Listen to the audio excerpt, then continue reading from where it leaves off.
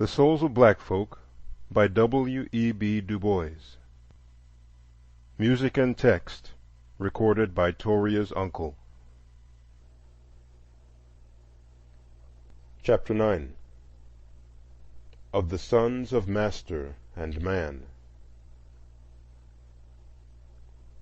Life treads on life, and heart on heart. We press too close in church and mart to keep a dream or grave apart.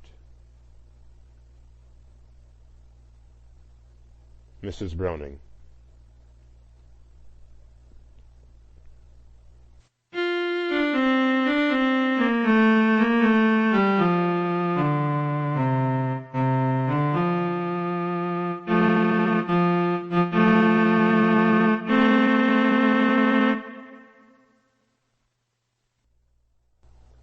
The world-old phenomenon of the contact of diverse races of men is to have new exemplification during the new century.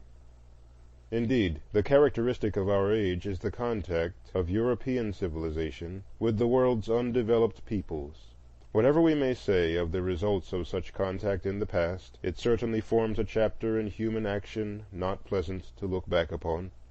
War, murder, slavery, extermination, and debauchery.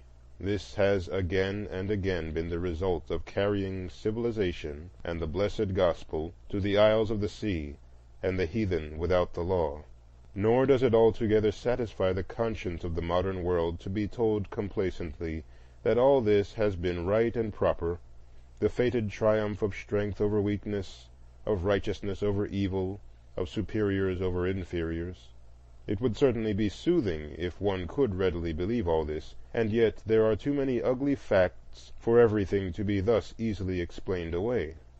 We feel and know that there are many delicate differences in race psychology, numberless changes that our crude social measurements are not yet able to follow minutely, which explain much of history and social development.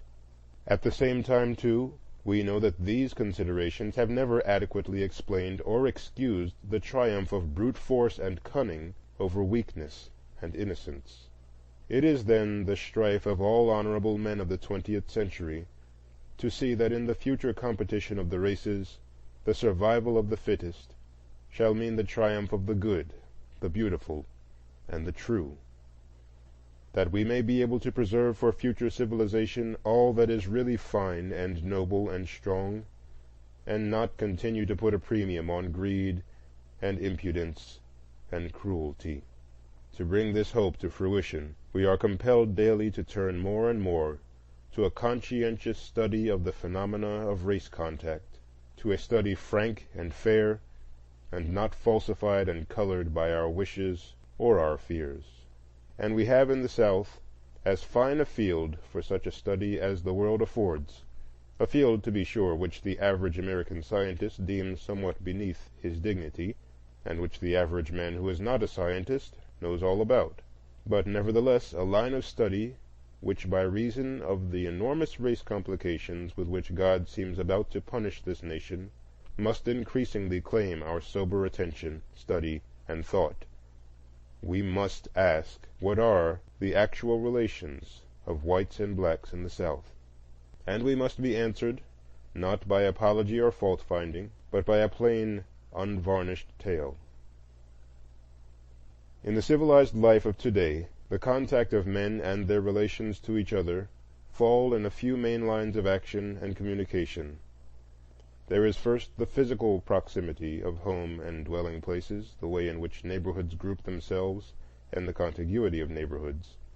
Secondly, and in our age chiefest, there are the economic relations, the methods by which individuals cooperate for earning a living, for the mutual satisfaction of wants, for the production of wealth. Next, there are the political relations, the cooperation in social control, in group government, in laying and paying the burden of taxation. In the fourth place, there are the less tangible but highly important forms of intellectual contact and commerce, the interchange of ideas through conversation and conference, through periodicals and libraries, and above all, the gradual formation for each community of that curious tertium quid which we call public opinion. Closely allied with this come the various forms of social contact in everyday life, in travel, in theaters, in house gatherings, in marrying and giving in marriage. Finally, there are the varying forms of religious enterprise, of moral teaching and benevolent endeavor. These are the principal ways in which men living in the same communities are brought into contact with each other. It is my present task, therefore, to indicate from my point of view how the black race in the South meet and mingle with the whites in these matters of everyday life. First, as to physical dwelling. It is usually possible to draw in nearly every Southern community a physical color line on the map, on the one side of which whites dwell, and on the other Negroes. The winding and intricacy of the geographical color line varies, of course, in different communities. I know of some towns where a straight line drawn through the middle of the main street separates 9/10 of the whites from 9/10 of the blacks. In other towns, the older settlement of whites has been encircled by a broad band of blacks. In still other cases, little settlements or nuclei of blacks have sprung up amid surrounding whites. Usually in cities, each street has its distinctive color, and only now and then do the colors meet in close proximity. Even in the country, something of this segregation is manifest in the smaller areas, and of course in the larger phenomena of the Black Belt. All this segregation by color is largely independent of that natural clustering by social grades common to all communities. A Negro slum may be in dangerous proximity to a white residence quarter, while it is quite common to find a white slum planted in the heart of a respectable Negro district. One thing, however, seldom occurs. The best of the whites and the best of the Negroes almost never live in anything like close proximity. It thus happens that in nearly every Southern town and city, both whites and blacks commonly see the worst of each other.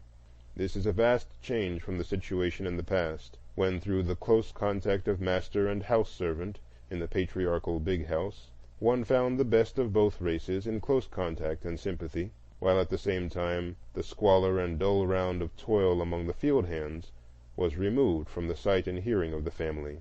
One can easily see how a person who saw slavery thus from his father's parlors, and sees freedom on the streets of a great city, fails to grasp or comprehend the whole of the new picture. On the other hand, the settled belief of the mass of the Negroes that the Southern white people do not have the black man's best interest at heart has been intensified in later years by this continual daily contact of the better class of blacks with the worst representatives of the white race. Coming now to the economic relations of the races, we are on ground made familiar by study, much discussion, and no little philanthropic effort. And yet, with all this, there are many essential elements in the cooperation of Negroes and whites for work and wealth that are too readily overlooked or not thoroughly understood. The average American can easily conceive of a rich land awaiting development and filled with black laborers. To him the Southern problem is simply that of making efficient working men out of this material by giving them the requisite technical skill and the help of invested capital. The problem, however, is by no means as simple as this, from the obvious fact that these working men have been trained for centuries as slaves. They exhibit, therefore, all the advantages and defects of such training. They are willing and good-natured, but not self-reliant, provident, or careful. If now the economic development of the South is to be pushed to the verge of exploitation, as seems probable, then we have a mass of working men thrown into relentless competition with the working men of the world, but handicapped by a training the very opposite to that of the modern, self-reliant, democratic laborer. What the black laborer needs is careful personal guidance, group leadership of men with hearts in their bosoms, to train them to foresight, carefulness, and honesty. Nor does it require any fine-spun theories of racial differences to prove the necessity of such group training, after the brains of the race have been knocked out by 250 years of assiduous education in submission, carelessness, and stealing. After emancipation, it was the plain duty of someone to assume this group leadership and training of the Negro laborer. I will not stop here to inquire whose duty it was, whether that of the white ex-master who had profited by unpaid toil, or the northern philanthropist whose persistence brought on the crisis, or the national government whose edict freed the bondman. I will not stop to ask whose duty it was, but I insist it was the duty of someone to see that these working men were not left alone and unguided, without capital, without land, without skill, without economic organization, without even the bald protection of law, order, and decency, left in a great land, not to settle down to slow and careful internal development, but destined to be thrown almost immediately into relentless and sharp competition with the best of modern workingmen, under an economic system where every participant is fighting for himself, and too often utterly regardless of the rights or welfare of his neighbor. For we must never forget that the economic system of the South today, which has succeeded the old regime, is not the same system as that of the old industrial North, of England, or of France, with their trade unions, their restrictive laws, their written and unwritten commercial customs, and their long experience.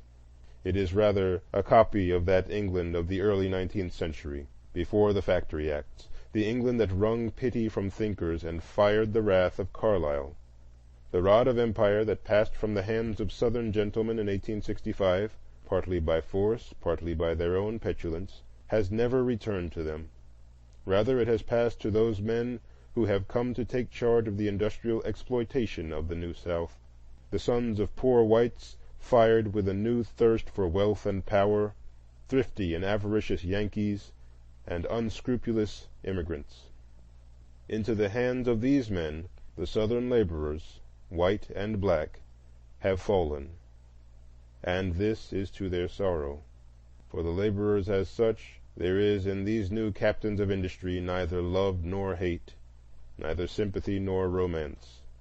It is a cold question of dollars and dividends. Under such a system, all labor is bound to suffer. Even the white laborers are not yet intelligent, thrifty, and well-trained enough to maintain themselves against the powerful inroads of organized capital. The results among them, even, are long hours of toil, low wages, child labor, and lack of protection against usury and cheating. But among the black laborers, all this is aggravated first by a race prejudice, which varies from a doubt and distrust among the best element of whites to a frenzied hatred among the worst. And secondly, it is aggravated, as I have said before, by the wretched economic heritage of the freedmen from slavery. With this training, it is difficult for the freedman to learn to grasp the opportunities already opened to him, and the new opportunities are seldom given him, but go by favor to the whites. Left by the best elements of the South with little protection or oversight, he has been made in law and custom the victim of the worst and most unscrupulous men in each community. The crop lien system, which is depopulating the fields of the South, is not simply the result of shiftlessness on the part of Negroes, but is also the result of cunningly devised laws as to mortgages, liens, and misdemeanors, which can be made by conscienceless men to entrap and ensnare the unwary until escape is impossible, further toil a farce, and protest a crime. I have seen in the Black Belt of Georgia an ignorant, honest Negro buy and pay for a farm in installments 3 separate times, and then, in the face of law and decency, the enterprising American who sold it to him pocketed the money and deed and left the black man landless, to labor on his own land at 30 cents a day. I have seen a black farmer fall in debt to a white storekeeper, and that storekeeper go to his farm and strip it of every single marketable article—mules, plows, stored crops, tools, furniture, bedding, clocks, looking-glass, and all this without a sheriff or officer, in the face of the law for homestead exemptions, and without rendering to a single responsible person any account or reckoning. And such proceedings can happen, and will happen in any community, where a class of ignorant toilers are placed by custom and race prejudice beyond the pale of sympathy and race brotherhood. So long as the best elements of a community do not feel in duty bound to protect and train and care for the weaker members of their group, they leave them to be preyed upon by these swindlers and rascals. This unfortunate economic situation does not mean the hindrance of all advance in the black South, or the absence of a class of black landlords and mechanics who, in spite of disadvantages, are accumulating property and making good citizens. But it does mean that this class is not nearly so large as a fairer economic system might easily make it, that those who survive in the competition are handicapped so as to accomplish much less than they deserve to, and that, above all, the personnel of the successful class is left to chance and accident, and not to any intelligent culling or reasonable methods of selection. As a remedy for this, there is but one possible procedure. We must accept some of the race prejudice in the South as a fact, deplorable in its intensity, unfortunate in its results, and dangerous for the future, but nevertheless a hard fact which only time can efface. We cannot hope then in this generation, or for several generations, that the mass of the whites can be brought to assume that close, sympathetic, and self-sacrificing leadership of the blacks which their present situation so eloquently demands. Such leadership, from social teaching and example, must come from the blacks themselves. For some time men doubted as to whether the Negro could develop such leaders, but today no one seriously disputes the capacity of individual Negroes to assimilate the culture and common sense of modern civilization, and to pass it on, to some extent at least, to their fellows. If this is true, then here is the path out of the economic situation, and here is the imperative demand for trained Negro leaders of character and intelligence, men of skill, men of light and leading, college-bred men, black captains of industry, and missionaries of culture, men who thoroughly comprehend and know modern civilization, and can take hold of Negro communities and raise and train them by force of precept and example, deep sympathy, and inspiration of common blood and ideals. But if such men are to be effective, they must have some power. They must be backed by the best public opinion of these communities, and able to wield for their objects and aims such weapons as the experience of the world has taught are indispensable to human progress. Of such weapons, the greatest perhaps in the modern world is the power of the ballot, and this brings me to a consideration of the third form of contact between whites and blacks in the South, political activity. In the attitude of the American mind toward Negro suffrage can be traced with unusual accuracy the prevalent conceptions of government. In the 50s, we were near enough the echoes of the French Revolution to believe pretty thoroughly in universal suffrage. We argued, as we thought then rather logically, that no social class was so good, so true, and so disinterested as to be trusted wholly with the political destiny of its neighbors, that in every state the best arbiters of their own welfare are the persons directly affected. Consequently, that it is only by arming every hand with a ballot, with the right to have a voice in the policy of the state, that the greatest good to the greatest number could be attained. To be sure, there were objections to these arguments, but we thought we had answered them tersely and convincingly. If someone complained of the ignorance of the voters, we answered, "Educate them." If another complained of their venality, we replied, "Disfranchise them or put them in jail." And finally, to the men who feared demagogues and the natural perversity of some human beings, we insisted that time and bitter experience would teach the most hard-headed. It was at this time that the question of Negro suffrage in the South was raised. Here was a defenseless people suddenly made free. How were they to be protected from those who did not believe in their freedom and were determined to thwart it? Not by force, said the North. Not by government guardianship, said the South. Then by the ballot, the sole and legitimate defense of a free people, said the common sense of the nation.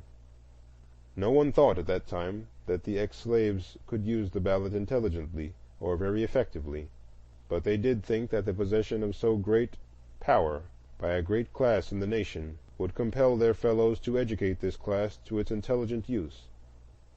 Meantime, new thoughts came to the nation. The inevitable period of moral retrogression and political trickery that ever follows in the wake of war overtook us. So flagrant became the political scandals that reputable men began to leave politics alone, and politics consequently became disreputable. Men began to pride themselves on having nothing to do with their own government, and to agree tacitly with those who regarded public office as a private perquisite. In this state of mind it became easy to wink at the suppression of the Negro vote in the South, and to advise self-respecting Negroes to leave politics entirely alone. The decent and reputable citizens of the North, who neglected their own civic duties, grew hilarious over the exaggerated importance with which the Negro regarded the franchise. Thus it easily happened that more and more the better class of Negroes followed the advice from abroad and the pressure from home, and took no further interest in politics, leaving to the careless and the venal of their race the exercise of their rights as voters. The black vote that still remained was not trained and educated, but further debauched by open and unblushing bribery, or force and fraud, until the Negro voter was thoroughly inoculated with the idea that politics was a method of private gain by disreputable means. And finally, now, today, when we are awakening to the fact that the perpetuity of Republican institutions on this continent depends on the purification of the ballot, the civic training of voters, and the raising of voting to a plane of a solemn duty which a patriotic citizen neglects to his peril and to the peril of his children's children, in this day, when we are striving for a renaissance of civic virtue, what are we going to say to the black voter of the South? Are we going to tell him still that politics is a disreputable and useless form of human activity? Are we going to induce the best class of Negroes to take less and less interest in government, and to give up their right to take such an interest without a protest? I am not saying a word against all legitimate efforts to purge the ballot of ignorance, pauperism, and crime, but few have pretended that the present movement for disfranchisement in the South is for such a purpose. It has been plainly and frankly declared in nearly every case that the object of the disfranchising laws is the elimination of the black man from politics. Now, is this a minor matter which has no influence on the main question of the industrial and intellectual development of the Negro? Can we establish a mass of black laborers and artisans and landholders in the South who, by law and public opinion, have absolutely no voice in shaping the laws under which they live and work? Can the modern organization of industry, assuming as it does free democratic government and the power and ability of the laboring classes to compel respect for their welfare, can this system be carried out in the South when half its laboring force is voiceless in the public councils and powerless in its own defense? Today the black man of the South has almost nothing to say as to how much he shall be taxed, or how those taxes shall be expended, as to who shall execute the laws, as to how they shall do it, as to who shall make the laws, and how they shall be made. It is pitiable that frantic efforts must be made at critical times to get lawmakers in some states even to listen to the respectful presentation of the black man's side of a current controversy. Daily the Negro is coming more and more to look upon law and justice not as protecting safeguards, but as sources of humiliation and oppression. The laws are made by men who have little interest in them. They are executed by men who have absolutely no motive for treating the black people with courtesy or consideration. And finally, the accused lawbreaker is tried not by his peers, but too often by men who would rather punish 10 innocent Negroes than let one guilty one escape. I should be the last one to deny the patent weaknesses and shortcomings of the Negro people. I should be the last to withhold sympathy from the white South in its efforts to solve its intricate social problems. I freely acknowledge that it is possible, and sometimes best, that a partially undeveloped people should be ruled by the best of their stronger and better neighbors for their own good, until such time as they can start and fight the world's battles alone. I have already pointed out how sorely in need of such economic and spiritual guidance the emancipated Negro was, and I am quite willing to admit that if the representatives of the best white Southern public opinion were the ruling and guiding powers in the South today, the conditions indicated would be fairly well fulfilled. But the point I have insisted upon, and now emphasize again, is that the best opinion of the South today is not the ruling opinion. That to leave the Negroes helpless and without a ballot today is to leave him not to the guidance of the best, but rather to the exploitation and debauchement of the worst. That this is no truer of the South than of the North than of Europe. In any land, in any country under modern free competition, to lay any class of weak and despised people, be they white, black, or blue, at the political mercy of their stronger, richer, and more resourceful fellows, is a temptation which human nature seldom has withstood and seldom will withstand.